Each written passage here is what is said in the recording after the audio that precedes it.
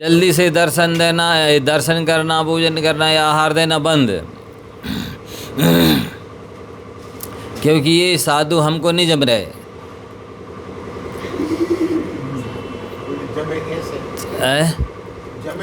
जमेंगे तब जब अपन को आगम का सही ज्ञान होगा कि उनकी रेंज कितनी है, साधुओं की सीमा कहाँ से कहाँ तक है।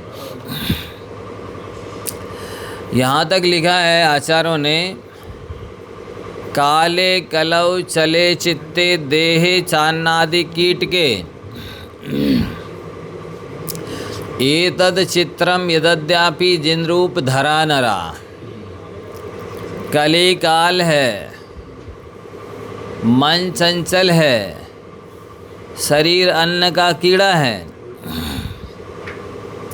ऐसी स्थिति में भी जिन मुद्रा की धारी के दर्शन हो रहे हैं, ये आश्चर्य की बात है। आप देखिए कितनी भौतिक चकाचौंध है और कितना कहना चाहिए खान पान की विकृति है, श्रावकों के रहन सहन की विकृति है।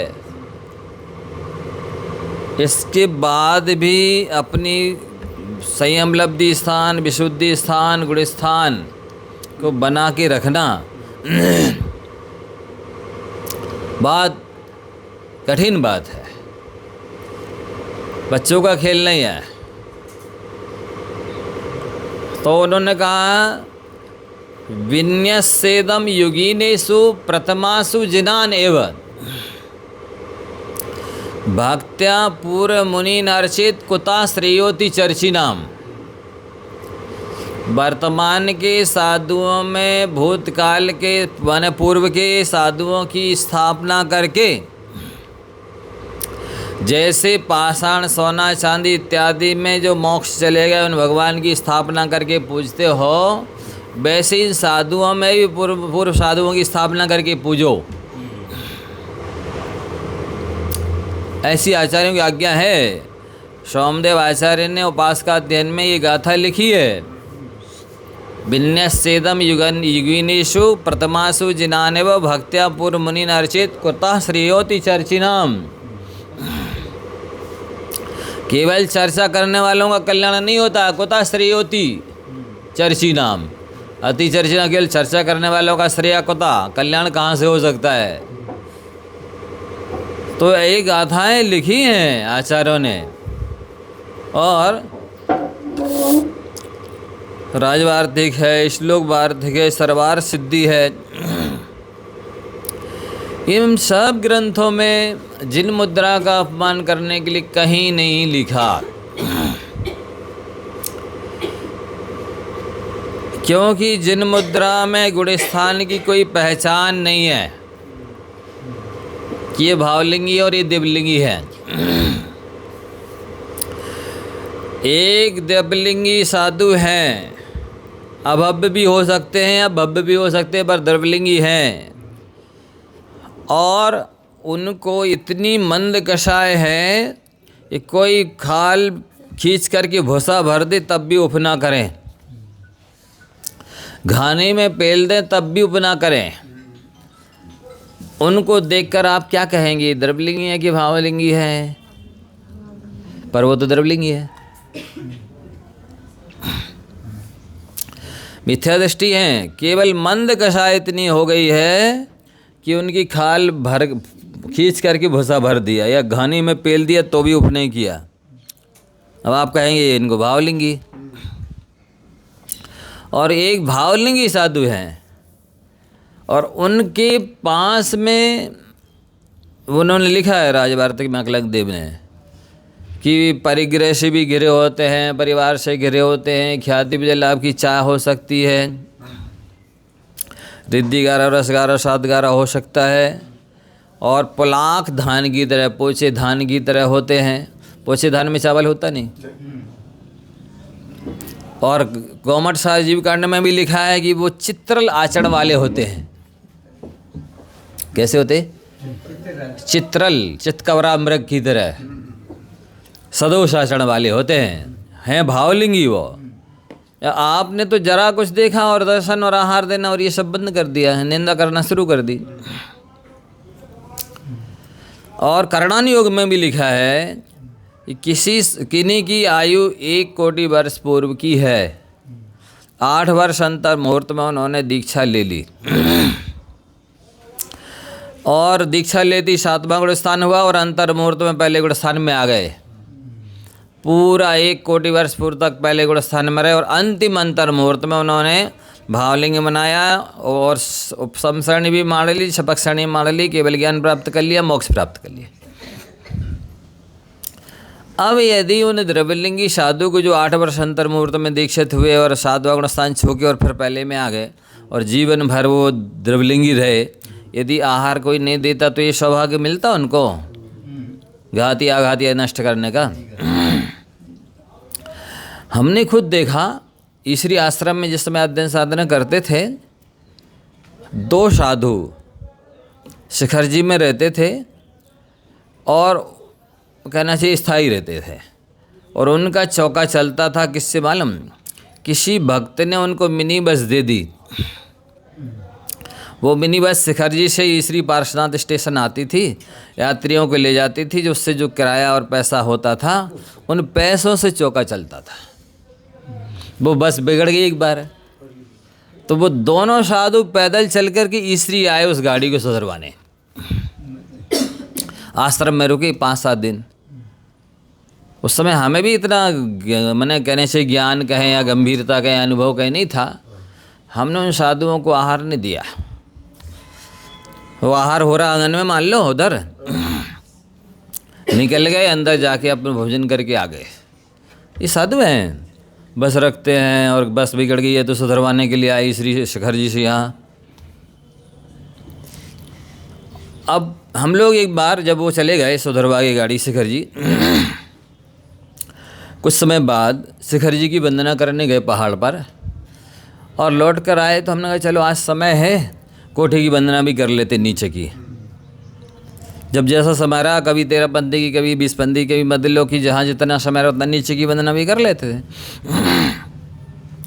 20 पंथी कोठी गए, देखा तो भीड़ लगी है। मैंने कहा क्या हो रहा है इधर, किसी से पूछा, बोले कि नहीं महाराज जी की समाधि चल रही है। तो वहाँ जो स्थायी रहने वाले महाराज जी माता जी थे, वे सभी वहाँ उनको उत्तमार्थ प्रतिक्रमण सुना रहे थे, जीवन भर का अंतिम प्रतिक्रमण सुना रहे थे। और उन्होंने कहा सारे आरंभ परिक्रिया का त्याग कर दो। उन्होंने कहा त्याग, विषय कषय का त्याग कर दो, बोले त्याग, सबसे क्षमा मांग ले, बोले क्षमा, सब कुछ क्षमा कर दो, बोले क्षमा। जितना ये जब बोलते गए सारा उनने कर लिया और सब नमोकार मंत्र सुनाते, वो सुनते पढ़ते हुए धीरे से आराम से समाधि हो गई। हमें लगा रे हमने गलती कर दी। यही साधु थे वो जो ईश्वरी आए थे गाड़ी सुधरवाने के लिए। हमने आहार नहीं दिया तो अभिनय का पाप तो लगा, और इनकी तो इतनी अच्छी समाधि हो गई। सब कुछ त्याग करके और सारा प्रतिक्रमण करके और नमोकार मंत्र पढ़ते सुनते, कोई पीड़ा नहीं, कुछ नहीं, बिना किसी तड़फन के नमोकार सुनते, सब मुनि हर का श्रावक का सुना रहे उनको आराम से। तो ऐसा होता है साधुओं के साथ। मतलब 1 कोटि वर्ष पूर्व की उम्र में मान लो उन्होंने कभी सामायिक न की हो पूरी जिंदगी भर, और किसी सिद्ध क्षेत्र क्षेत्र पर या किसी विशेष चतुर्वेद सिंह के सानिध्य में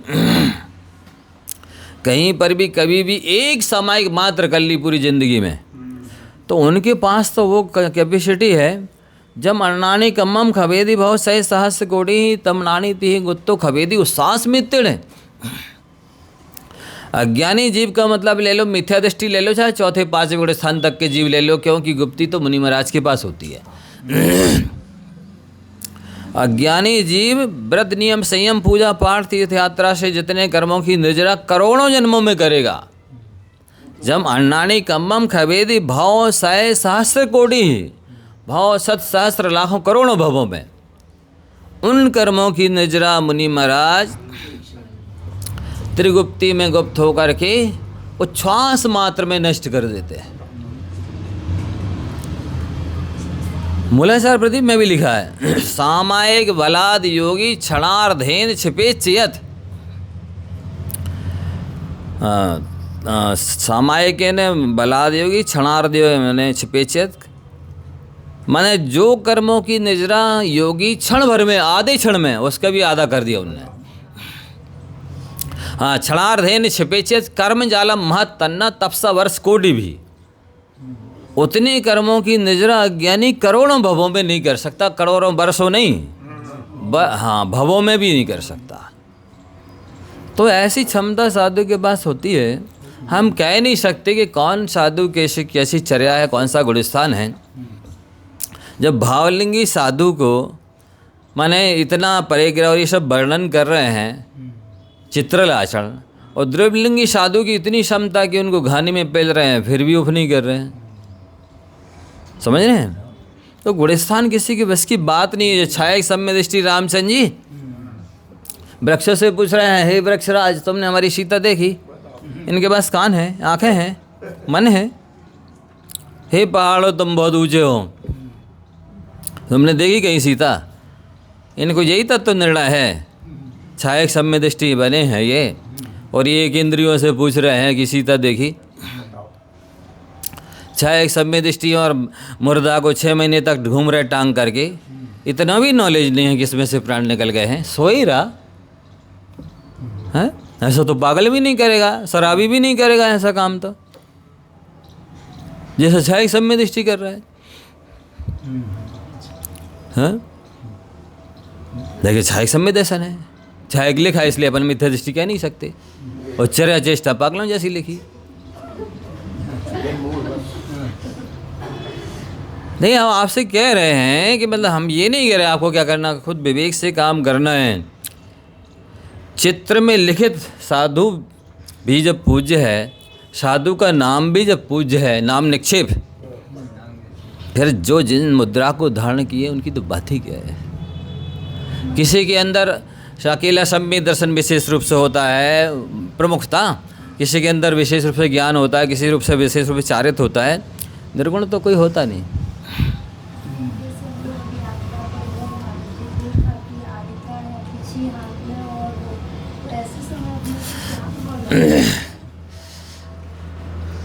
अब ऐसे व्यक्ति विशेष तो चर्चा अपन समूह में कर नहीं सकते हैं। आप ये बताइए गुणस्थान कौन सा है आरिका माता जी का? उनकी अभी अवृत्ति कितनी बाकी है? 5 इंद्रियों पर विजय नहीं है, मन पर विजय नहीं है, तरस हिंसा का पूरा त्याग नहीं है, 11 अविरति है।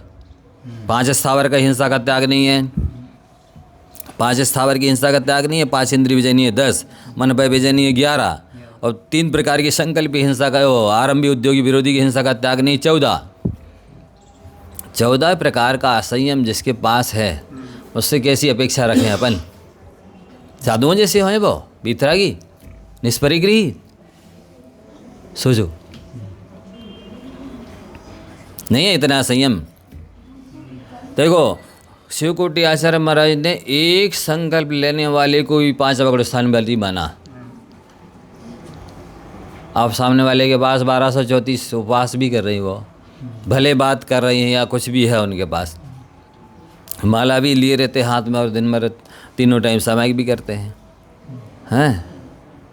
और आपको कोई चीज़ थोड़ी सी दिख गई है कि ये है इनके पास, चाहे उसकी 5,000 या 10,000 रुपया की कीमत हो वह, और आपने इतना संयम लब्धि स्थान पंचम गुण स्थान उसको मिट्टी मिला दिया 10-20 हज़ार रुपया की चीज़ के पीछे, जबकि उसमें ऐसी कोई कैपेसिटी नहीं है कि उनका गुणस्थान गिरा दे। आप खुद विचार कीजिए कि आपने एकदम निगलेक्ट कर दिया, इनके पास चौका है कि गाड़ी है कि मोबाइल है या कुछ। हम कह नहीं रहे आपसे कि आप मानिए, लेकिन तब तो निर्णय कर रहे हैं अपन कि आप सोचो क्या इसमें गुणस्थान गिराने की सामर्थ्य है?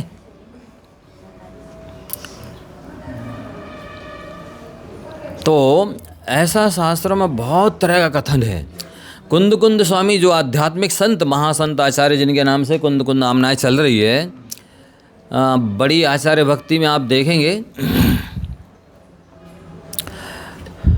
निज्जा बग्गा अन्य दुस्सीवे चाबी जानिच्चा। वो कह रहे हैं जो दुष्टशील वाले स्वभाव वाले हैं उनका भी आचार्य परमेष्ठी यथायोग वर्तन कराएं, मतलब दुष्टशील वालों की भी पिच्छी नहीं छीने, यथायोग वर्तन कराएं, ऐसा आचार्यों को आज्ञा दी जा रही। दुष्टशील वालों को लाइए आप देखिए 10 भक्ति 11 भक्ति में बड़ी बृहद आचार्य भक्ति। निज्जा बग्गा ने दुस्सीले चाबी जानिच्चा।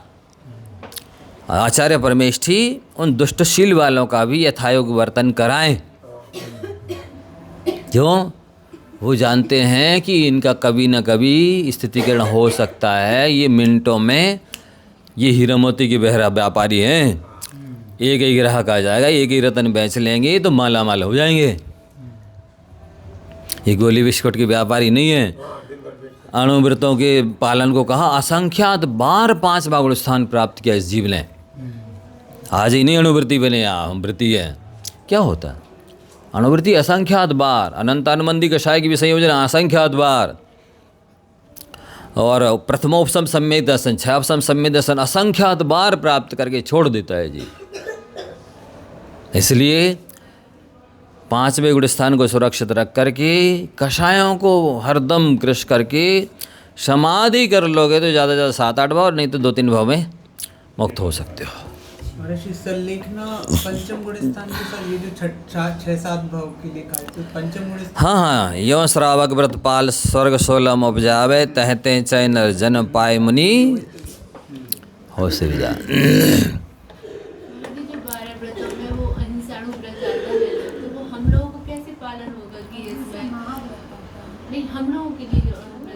यथा संभव भूमिका के अनुरूप कोई एक गृहस्थ किसान है 7वीं प्रतिमाधारी, हल चलाएगा, सांप है केचुए हैं बनेंगे, और उसको वो पानी सींचेगा, छान छान गरम कर कर थोड़ी सींचेगा, पिएगा छान छान गरम कर कर, सींचेगा नहीं, पीने के लिए है। भूमिका क्या? कोई सैनिक है 7वीं प्रतिमाधारी, युद्ध करेगा, अरे हिंसा कर रहा है, मार काट कर रहा है, कैसा प्रतीत नहीं, उसकी भूमिका है। भूमिका के अनुरूप व्रतों का पालन होता है। समुद्र में है 5वें गुण स्थानवर्ती असंख्यात मगरमच्छ इत्यादि, वो कैसी पूजा करेंगे, कैसे पानी छानेंगे, कैसे अतिथि समिभाग करेंगे? अनछले पानी में रह रहे हैं। हाथी है, उसने 5वें गुण स्थानवर्ती हो गया, अणुव्रत ले लिए, अब कैसे उपास कर लिया, पालना कैसे करेगा? सूखे पत्तों की कर रहा है, कहाँ मिलेंगे? शेर ने ले लिया। भूमिका के अनुरूप व्रतों का पालन होता है। महिला है बच्चे वाली, अब वो रात में दूध पिलाएगी, कैसी व्रती है? रात का भोजन करा रही, कर रही, अनुमोदन कर रही ना, वो उसकी भूमिका है। 6 व्रत बनी होंगी, बस 7 व्रत बनी होंगी, इसके नीचे की तो हो सकती है। तो ये आप लोगों को बहुत गंभीरता से विचार करना है। ये आजकल क्या है, लोग पर्सनल व्यक्ति विशेष के भगत बन गए हैं। हमारे तो गुरु बे, बाकी सबको जाने दो भाड़ में। लेकिन जैन धर्म में व्यक्ति की पूजा का कथन नहीं है, गुणों की पूजा का कथन है। मोक्ष मार्ग से नेतारम भेदतारम कर्म भूभृताम ज्ञातारम विश्वदत्वानाम वंदे तद्गुण लब्धे। ना महावीर का नाम लिया, ना आदिनाथ का लिया, ना श्रीमंदर स्वामी का नाम लिया, ना कुंदकुंद स्वामी का लिया, किसी का नहीं। मोक्ष मार्ग के जो नेता होवे, कर्म रूपी पर्वतों का भेदन करने वाले होवे, विश्व तत्व के ज्ञाता होवे, उनको प्रणाम है। सो ऐसे ही सड़ा नरियल नहीं फल रहा है। बंदे तद्गुण लब्धे, उन गुणों की प्राप्ति के लिए वंदना कर रहे हैं। गुणों की पूजा का उपदेश है, गुण प्राप्ति के लिए पूजा का उपदेश है। हमारे तो फला नहीं महाराज, उन्हीं को आहार विहार निहार कराएंगे, वही सब कुछ है, उन्हीं को भर भर थाल चढ़ाएंगे, बाकी को नहीं। सच्चे मायने में तुम इनके भी भगत नहीं हो। जिनको थाल भर भर चढ़ा रहे हो ना, सच्चे मायने में तुम इनके भी भगत नहीं हो, स्वार्थी हो। इनकी वजह से व्यवस्थाएं मिल रही, फैसिलिटी मिल रही, सम्मान मिल रहा है, इसलिए उनको पूज रहा। जो गुणों का उपासक होता है तो जहाँ भी गुण होते हैं, जिसने राग द्वेष काम आदिक जीते, सब जग जान लिया, सब जीवों को मोक्ष मार्ग का निष्प्रभ उपदेश दिया, बस ये गुण चाहिए। अब नाम उसका कुछ भी रख दो, हमें नाम से चिढ़ नहीं है। बुद्ध, वीर, जैन, हरि, हर, ब्रह्मा, या उसको स्वाधीन करो। आपको क्या नाम पसंद है रख दो, हमें नाम से चिढ़ नहीं है, हमें गुण चाहिए। हम गुणों के उपासक हैं और गुणों की प्राप्ति के लिए उपासक हैं, बाकी कोई उद्देश्य नहीं है। जितने गुण बढ़ा लोगे उतने आप ऊपर उठ जाओगे, हल्के हो जाओगे, रिद्धियाँ सिद्धियाँ सब कुछ प्रकट हो जाएंगी। जितने गुण घटेंगे उतने नीचे दब जाओगे। गुणों से पूजा होती है, गुणों से सम्मान मिलता है, गुणों से स्वर्ग मोक्ष मिलता है, गुणों से कर्मों की निजरा होती है, सब कुछ गुणों का खेल है। चाहिए तो गुण है और दृष्टि दोषों पर डाल रहा है, चाहिए तो सुख है, काम दुख प्राप्ति के कर रहे हैं। सुखाय दुखानि गुणाय दोषाय धर्माय पापानि समाचरन्ति तैलाय वालम बाला सिक्ता समूहम निपेड़यत तिस्फुटमत्वदीय। सुख के लिए दुख के काम करता है, गुणवान बनना है और अवगुणों को दोषों को देख रहा है। दोषों को देखोगे तो दोषी बनोगे, गुणों को देखो तो गुणवान बनोगे। और जब तक गुणवान की पूजा नहीं करोगे आप गुणवान बन नहीं सकते, ये पक्का है। ज्ञानवान बनना है, ज्ञानी की पूजा करो, सेवा करो, प्रशंसा करो, आदर बहुमान रखो, वो गुण आपके अंदर आ जाएगा। ऐसा क्यों लिखा जाता है कि विद्या ददाति विनयम, विद्या से विनय आती है, विनय से विद्या आती है। विनय से ही क्यों आती विद्या? ज्ञान के प्रति बहुमान आया, ज्ञानावरण कर्म का क्षेपसम हो गया। चारित्रवान के प्रति बहुमान आया, चारित्र मुनि कर्म का क्षेपसम हो गया। जिसके प्रति बहुमान आएगा उस कर्म का क्षेपसम। आहार दान दिया, क्यों दिया? लाभांतरय कर्म का क्षेपसम हो गया। दान दिया, दानांतरय का। लाभ कराया किसी को, लाभांतरय का। भोग कराया किसी को, भोगांतरय का। उपभोग कराया, उपभोगांतरय का।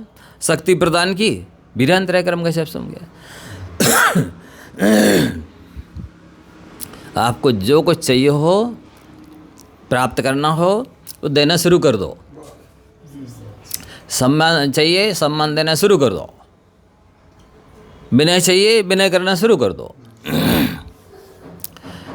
यश चाहिए, प्रशंसा करना शुरू कर दो। नहीं, हम तो करेंगे तो निंदा, पर हमारा यश होना चाहिए। संभव ही नहीं त्रिकाल में। जो जो चाहिए वो सब देना शुरू कर दो। थोड़ा दोगे, अनंत गुना लौट के आएगा। मीठा दोगे, नमकीन भी साथ में आएगा। खप्पर फेंकोगे, पत्थर आएगा।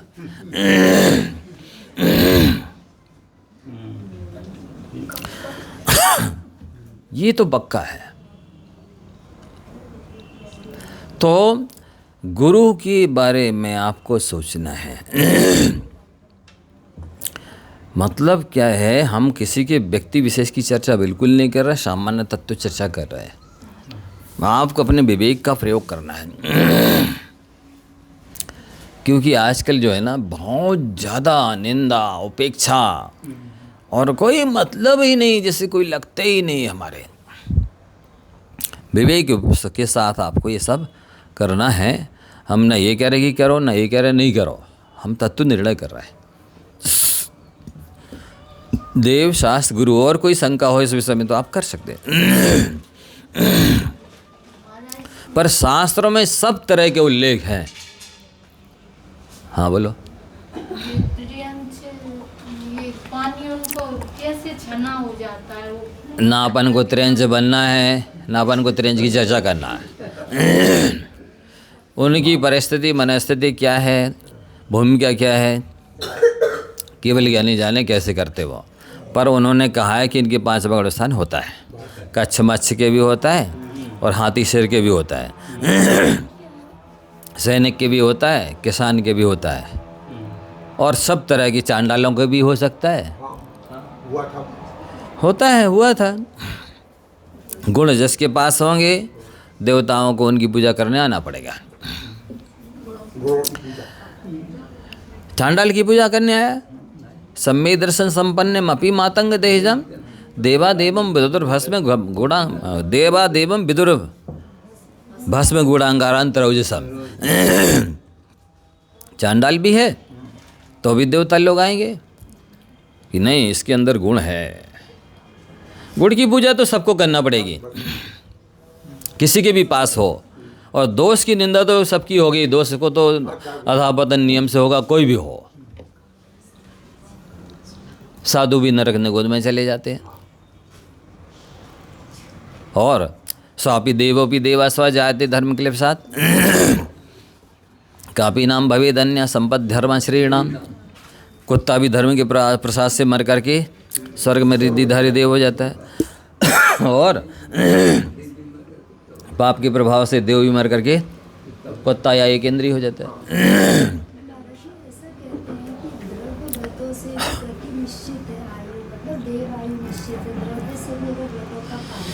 ठीक है।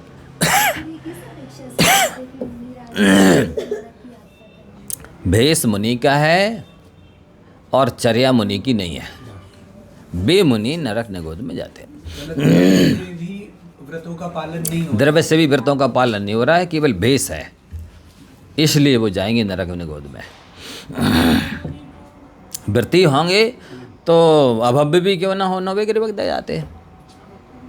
व्रतों के बल पर तो अभव्य मिथ्या दृष्टि नौवे गिरवक तक जाते हैं, फिर भव्य कैसे जाएगा नरक निगोद में।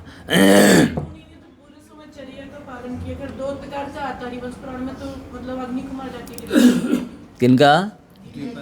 हाँ हाँ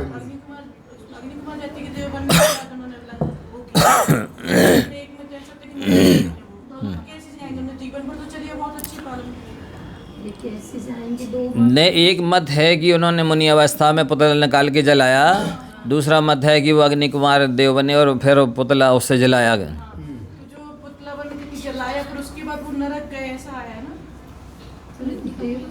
नरक गए ऐसा तो मुझे ध्यान नहीं है।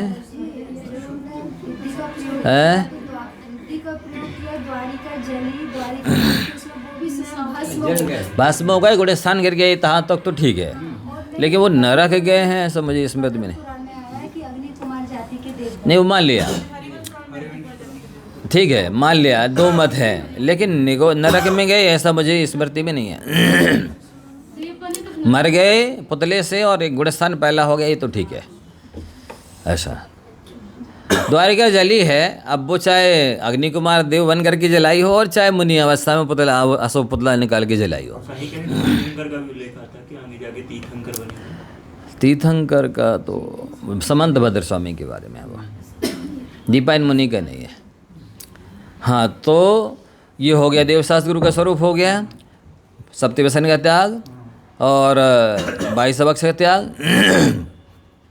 5 अणुव्रत है पहली प्रतिमा में। कुएं के पानी का ऐसा नहीं है आवश्यकता कि वो पहली प्रतिमाधारी कुएं का पानी पिएगा और 3 टाइम समय करेगा, ऐसा भी नहीं है। पहली प्रतिमा वाले के लिए छना पानी चाहिए है, और साथ ही वो जितना समय हो सामायिक के लिए उसको 1 टाइम 2 टाइम 3 टाइम, आधा 1 घड़ी 2 घड़ी जितना भी आगे पीछे चलता है। दूसरी प्रतिमा में आगे कहने जा रहा है नृतिक्रमण मनोव्रत। दूसरी प्रतिमा वाले के नृति 4 अणुव्रत होते हैं। इसका मतलब ये है कि पहली प्रतिमा वाले के 7 ही 4 होते हैं। हाँ, अहिंसाणुव्रत, सत्याणुव्रत, इस तरह का झूठ ना बोले, किसी का अपमान हो जाए, मरण हो जाए, हानि हो जाए, लड़ाई हो जाए। चोरी में किसी गिरी पड़ी भूली हुई वस्तु को बिना दिए न ले, जिस पर किसी का स्वामित्व है। यदि स्वामित्व नहीं है तो जल और मिट्टी, जल मृतिका बिन नाई का हो कछु गहे अदत्ता, तो जल और मिट्टी को ले सकता है, साधु भी ले सकते हैं। और निज वनिता बिन सकल नारसो, ये है अपने एक पति एक पत्नी व्रत होता है, और ब्रह्मचर्य है तो क्या है, कोई बात ही नहीं है। परिग्रह का प्रमाण कर ले वे, ऐसा ना हो कि ठेला लगाता हो और वो चक्रवर्ती बराबर वैभव का परिमाण कर ले वे। एक कितना कम से कम में हमारा काम चल सकता है, और कितना मेरा पुण्य और पुरुषार्थ है, मैं कितना कमा सकता हूँ, कितने में काम चल सकता, कम से कम में प्रमाण कर ले वे। परिग्रह प्रमाण ये हो गया। तो पहली प्रतिमा के लिए सामायिक का कोई विशेष समय या बेला नहीं रहती है, करना चाहिए क्योंकि उसको आगे बढ़ना है। और एक आसन भी अष्टमी चतुर्दशी आगे बढ़ना है तो कर सकता है। मतलब 5 बदनों का त्याग और 7 बदनों का त्याग कठिन चिंता वाले को देव दर्शन की प्रतिज्ञा, ऐसा है। अब वो अलग अलग परिभाषाएं आती हैं, तो उस हिसाब से देवदर्शन चूँकि सम्यक दर्शन शुद्धा लिखा है, तो पंच परमेष्टि की आराधना करेगा। आपने अच्छा प्रश्न उठाया। देव दर्शन की प्रतिज्ञा का नाम मात्र देव पहले दर्शन प्रतिमा नहीं है कि हमारा तो दर्शन करने का नियम है इसलिए हमारी दर्शन प्रतिमा है। हाँ ठीक है, बता रहे। इसमें ऐसा है, मान लीजिए आप ऐसी परिस्थिति में फंस गए हैं कि अब दर्शन की संभावना नहीं है, अभिषेक पूजा की संभावना नहीं है, तो भाव पूजा और जाप इत्यादि करके भी आप ले सकते हैं। आपके तप त्याग के ऊपर है, कैसा संकल्प लिया है कि नहीं चाहे प्राण चले जाएं लेकिन दर्शन किए बिना हम भोजन पानी कुछ भी नहीं लेंगे, तब फिर आपको दर्शन होने के बाद ही भोजन पानी ले सकेंगे। पर ऐसा नियम नहीं लिया है, परिस्थिति होगी तो हम भाव पूजा ध्यान जाप करके ले लेंगे। या फिर कोई ऐसा भी करते कि अन्न नहीं लेते, जल फल ले लेते हैं, कोई अकेले ड्राई फ्रूट्स लेते हैं, या कोई अकेला पानी लेते हैं, कोई अकेला दूध पानी लेते हैं। जिसकी जैसी शक्ति नहीं छुपाना है, स्वयं के प्रति ईमानदार बनना है। दर्शन प्रतिमा शब्द का अर्थ क्या है? दर्शन से क्या मतलब है? यदि दर्शन प्रतिमा का अर्थ भगवान के दर्शन करने वाला दर्शन प्रतिमाधारी कहलाता है, तब तो सब हो जाएंगे। जितने रोज दर्शन पूजन करते हुए सब पहली प्रतिमाधारी हो जाएंगे। उसके साथ तो और शर्त भी जुड़ी है। सम्यक दर्शन शुद्धा संसार शरीर भोग निर्वृणा। हाँ, पंच गुरु चरण शरणो दार्शनिक पस तत्व प्रतिक्रिया। तो दर्शन का अर्थ तो वही होता है, सम्यक दर्शन। हाँ, हम कुछ और कहने जा रहे थे, भूल गए। बड़ी हो। हाँ, ये एक गाथा आती है। मध्य पल मधु निशासन पंच फली वृत्ति पंचक आप्तनुति जीव दया जलगालन मिति च कुत दष्ट मूल गुणा। अष्टमूल में क्या क्या त्याग करना है उसको, जिसने केवल अष्टमूल का त्याग किया है तो मध्य मांस मध्य मदिरा, पल माने मांस, मध्य पल मधु शहद, निशासन रात्रि भोजन, मध्य पल मधु निशासन, पंच फली वृत्ति 5 उदंबर फल, पंचक आप्तनुति पंच परमेष्टि की स्तुति, जीवदया अहिंसा व्रत हो गया, जलगालन छना पानी का उपयोग करना, इतिच ये भी अष्टमूल गुण मूल माने हैं। तो 30-40 परिभाषाएं हैं, जितने 32 श्रावकाचार हैं तो 32 श्राव परिभाषाएं तो आप मान के चलिए। कौन सी दो? एक तो ये गया एक पूर्ण गाथा और एक साथ रेफरेंस की है वाला जी। वो तो अन्य ग्रंथ की है। तो भिन्न भिन्न श्रावकाचारों की भिन्न भिन्न परिभाषाएं हैं। इसके आधार पर अपन ये नहीं कह सकते कि केवल दर्शन करने का नाम पहली प्रतिमा है। सम्यक दर्शन लगाना। और पहली प्रतिमा में विशेष कुछ खास नहीं है। कोई शंका हो तो पूछ सकते हैं। आप परिस्थिति में भाव पूजा जाप ध्यान करके ले सकते हैं।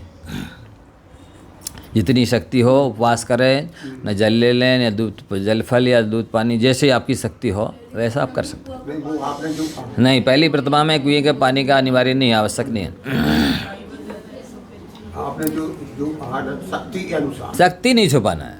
हाँ, ये कह रहे थे सर्वार सिद्धि में एक बहुत अच्छी पंक्ति आई 9वें अध्याय में।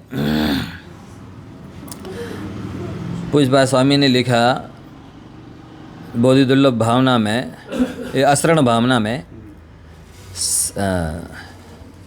हाँ कोई रक्षक नहीं है, पर उन्होंने लिखा अस्ति चेत, यदि कोई रक्षक है तो सुचरितो धर्मा, ईमानदारी से आपने जितना धर्म किया है वो आपकी नियम से रक्षा करेगा। दिखावटी नहीं, बनावटी नहीं, बगला भक्ति नहीं। ईमानदारी से जितना भी धर्म करोगे, अकेले हो चाहे भीड़ हो, रात हो चाहे दिन हो, कैसे भी परिस्थिति हो, हमारा कर्तव्य हम कर रहे हैं श्रद्धा के साथ, तो वो धर्म आपकी रक्षा हर हालत में करेगा। ऐसा धर्म कमाओ जो एक माने हर पल आपको सुरक्षा करेगा और श्रेष्ठ स्थान पर पहुंचाएगा। ईमानदारी से किया गया धर्म। प्रायः धर्मात्मा स्वयं की दृष्टि में ईमानदार नहीं होते। प्रायः धर्मात्मा स्वयं की दृष्टि में ईमानदार नहीं होते हैं। तो इस बात का आपको ध्यान रखना है कि हमें स्वयं की आंखों में, स्वयं की दृष्टि में ईमानदार बनना है।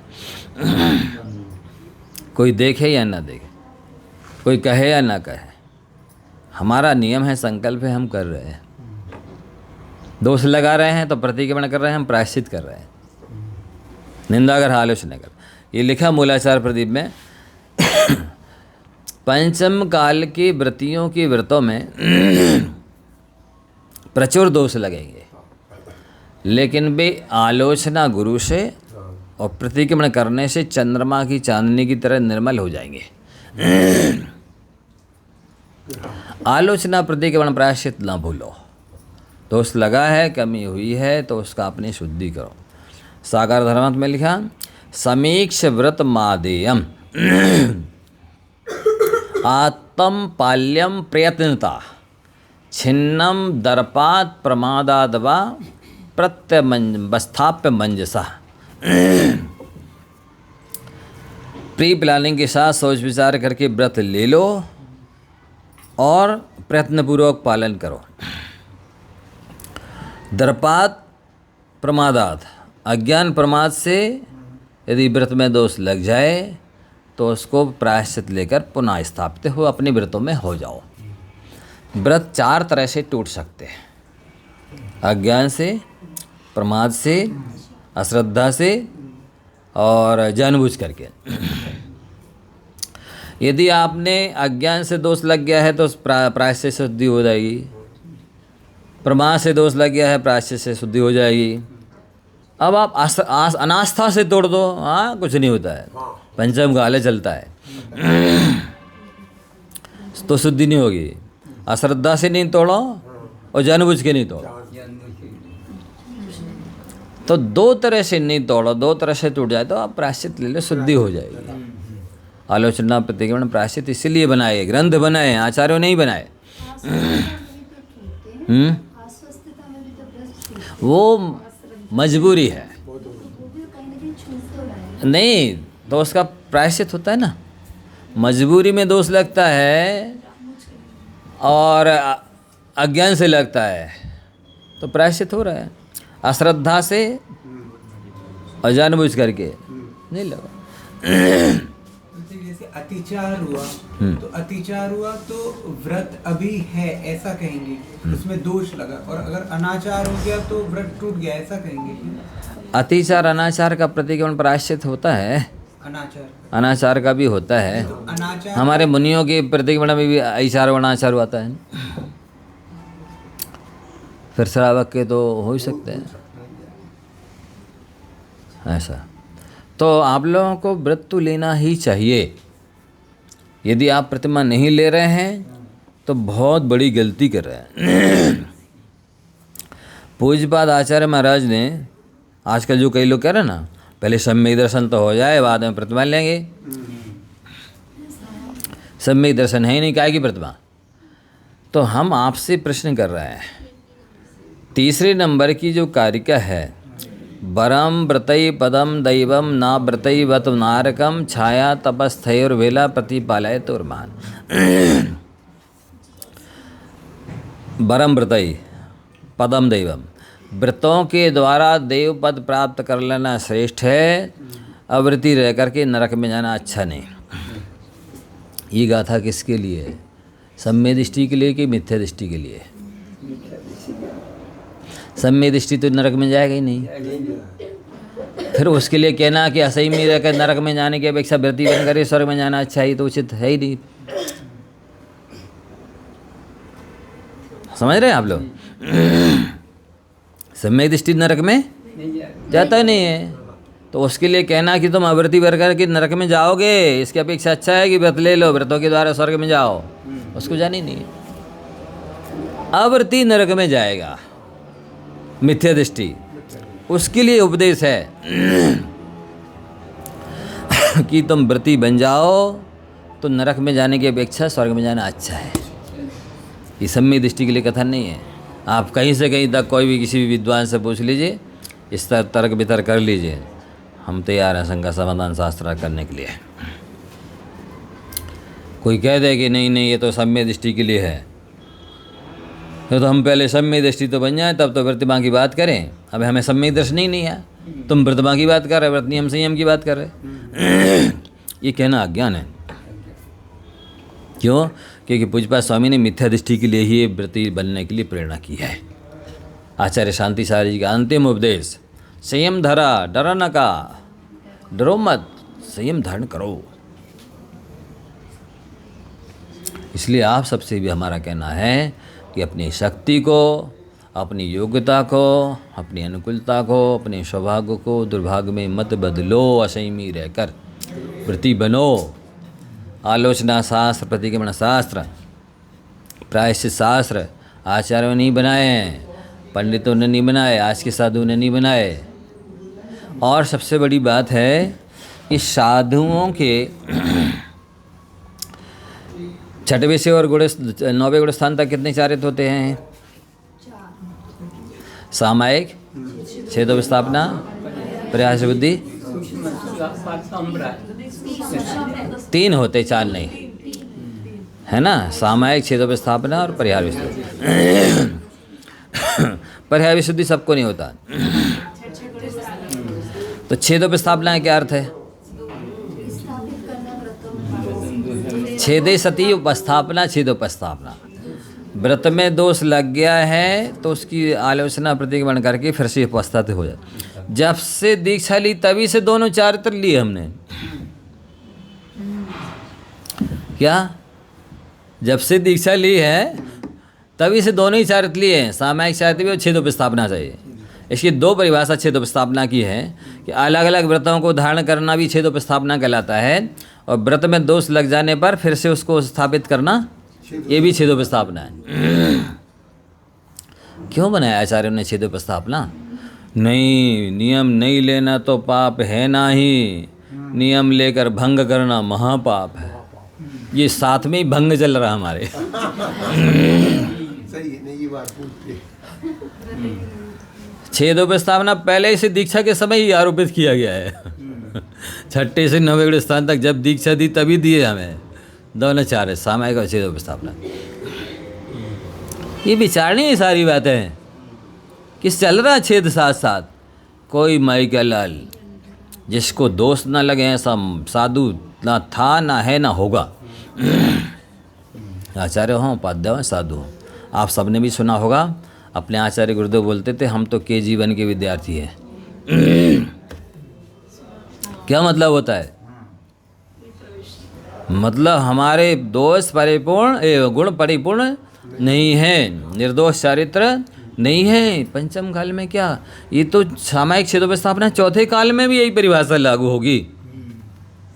जब तीर्थंकर परमात्मा होंगे और वज्र सब नारा संगनन होगा तब भी यही परिभाषा लगेगी। ये साधुओं के व्रतों में दोष लगेंगे।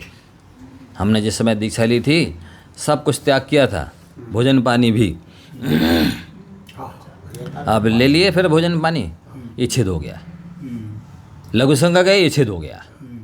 सोच गए, दोष लग गया। सोए, उसमें भी है नहीं, कृत कार्य अनुमोदना से भी लगते, सबसे लगते हैं, नौ कोटि से। नहीं समझे? प्रतिक्रमण तो हम भी वही पढ़ते थे, आचार्य भी वही पढ़ते थे, तीनों टाइम हम भी वही प्रतिक्रमण करते थे। पाक्षिक भी हम भी वही करते थे, वही आचार्य करते थे।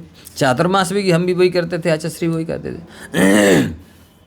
15 माला हमें भी देते थे, वे भी फिरते थे। 4 महीने का प्रायश्चित जो हमें देते थे वो भी करते थे। नहीं समझे? तो ये सबको करना होता है, कोई भी हो। तीर्थंकर भी, उनको भी छेदोपस्थापनाचार्य तो मानना होगा। नहीं महाराज, भी तो कभी दोष लगाते नहीं हैं, जितना चारित्र पा लिया उससे ऊपरी बढ़ते जाते, वर्धमान चारित्र के धारी होते हैं। सुना है ना? तो अब नई चीज़ और सुन लो। आदिनाथ भगवान ने 1000 वर्ष में कितने बार हाल लिया?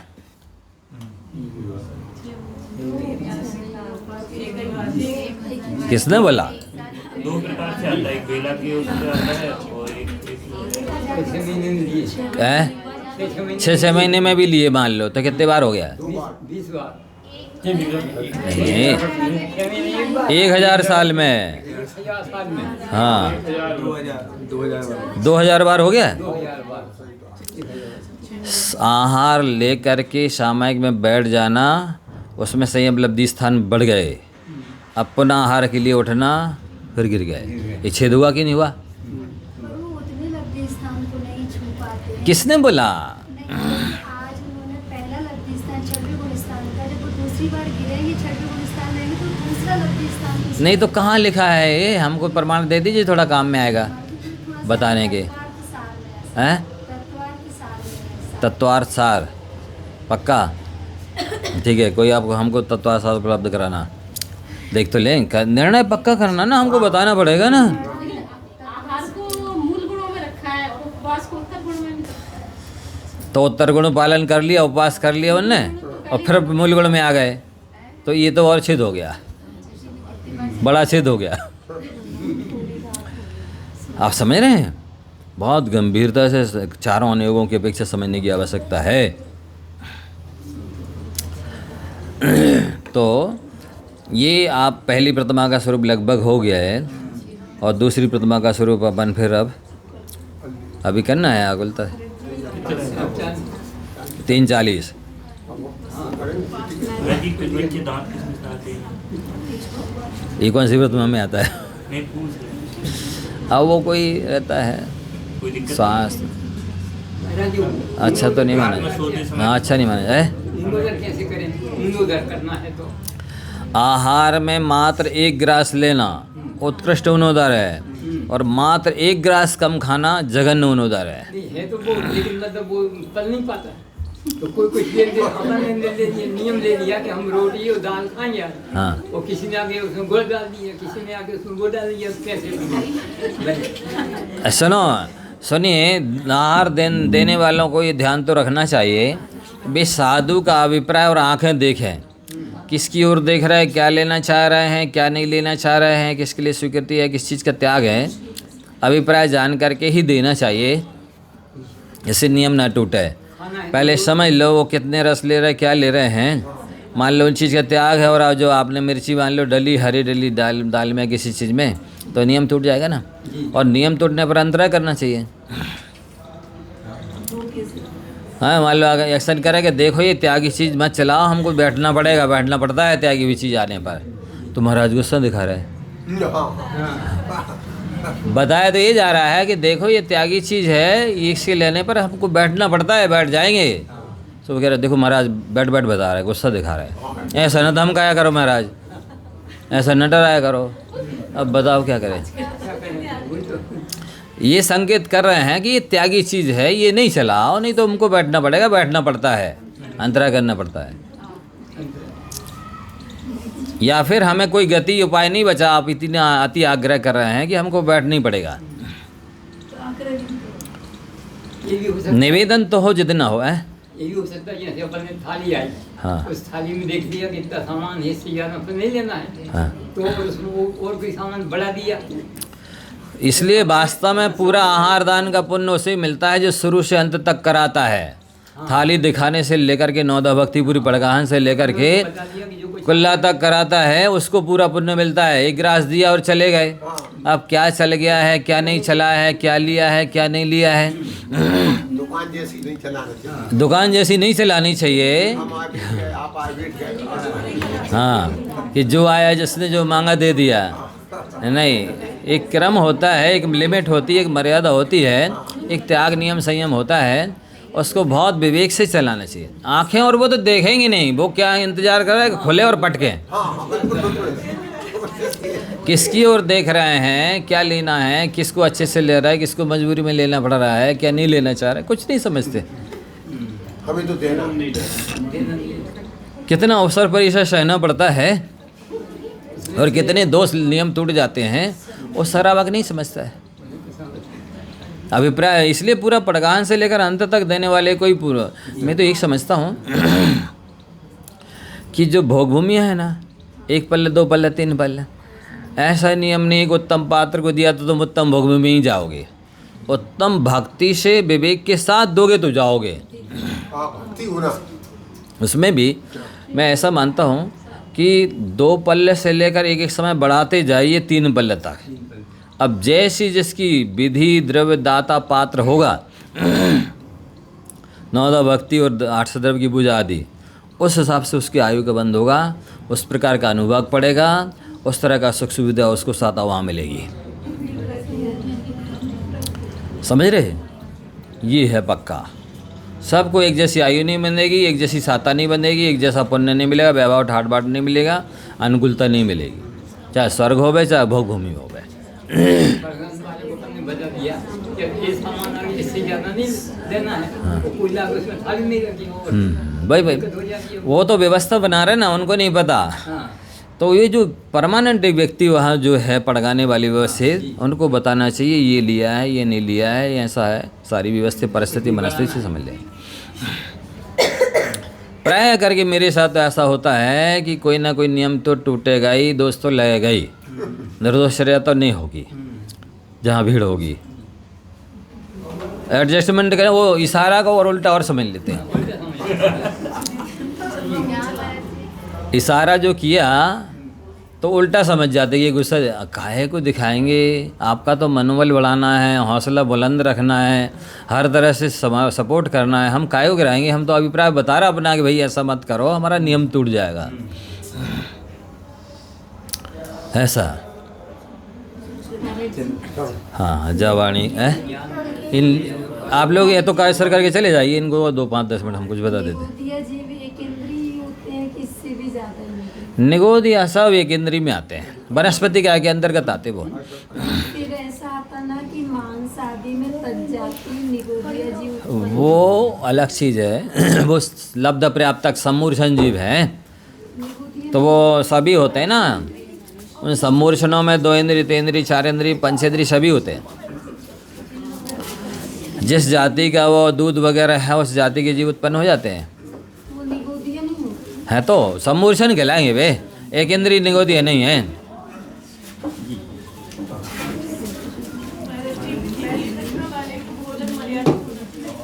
हाँ भोजन तो मर्यादा का होगा पहली प्रथमधारी के भी। हाँ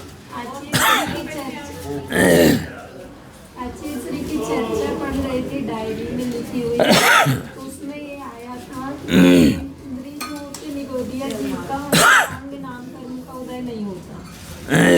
निगोदिया जीव एक इंद्रिय, इसलिए अंगोपांग नाम कर्म का उदय नहीं होता। लेकिन जो मांस आदि में तज जाते निगोदिया जीव होते हैं तो पंचेंद्रिय भी हो सकते हैं और उनका अंगोपांग नाम बराबर ठीक है। हाँ ठीक है, एक इंद्रिय के अंगोपांग नाम कर्म का उदय नहीं होता। हाँ नहीं, लेकिन पंचेंद्रिय उत्पन्न हो गए तज जाती है, उनको निगोदिया की श्रेणी में बोल उनको दे दिया है नाम, बाकी हैं वो सम्मूर्छन लब्ध पर्याप्तक। वो अनेक तरह के होते हैं। मतलब कि ओनली वस्त्रों में या पसीने वगैरह में होते हैं तो हाँ, वो जो है ना सम्मोचन पंचेंद्रिय हो सकता है। मनुष्य के शरीर के है ना अंगों पांगों में जो तांगों में होते हैं ये पंचेंद्रिय हैं। इसलिए तो इस भारी हिंसा से बचने के लिए ब्रह्मचर्य लिया जाता है। वो तो घाधे घाधे असंख्य लिखा है, असंख्यात असंख्यात बार के भोगों में नष्ट हो जाते हैं। इसलिए तो बहुत बड़ी हिंसा असंयम ये।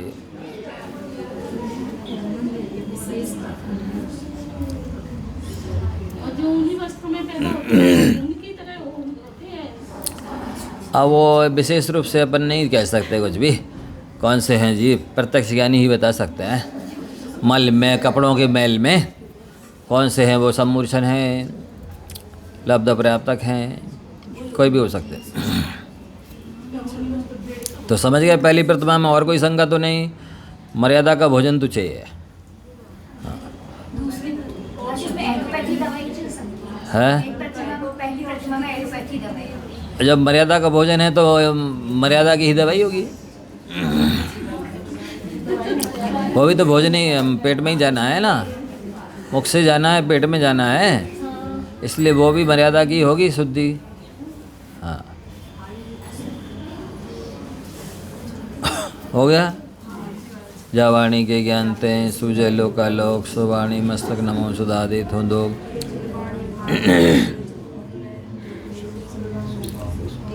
देव वजवरी हंत को गुरु सेवो निर्गन, दया धर्म पालो सदा यही मोक्ष।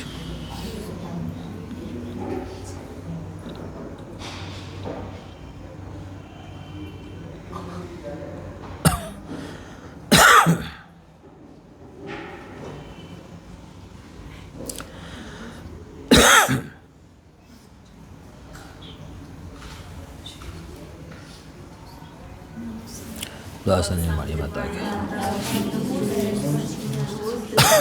आशीर्वाद है। महर्षि जैनिन सिद्धांत कोश में दिया, द्वीपायन मुनि 18वें तीर्थंकर बने, हरिवंश पुराण का रेफरेंस दिया। अच्छा, इसमें देखा था जैनिन सिद्धांत। तो उसको मूल ग्रंथ में भी देखो। एक बार चेक कर लेंगे, हरिवंश पुराण का रेफरेंस। हाँ, मूल ग्रंथ में भी देख लो।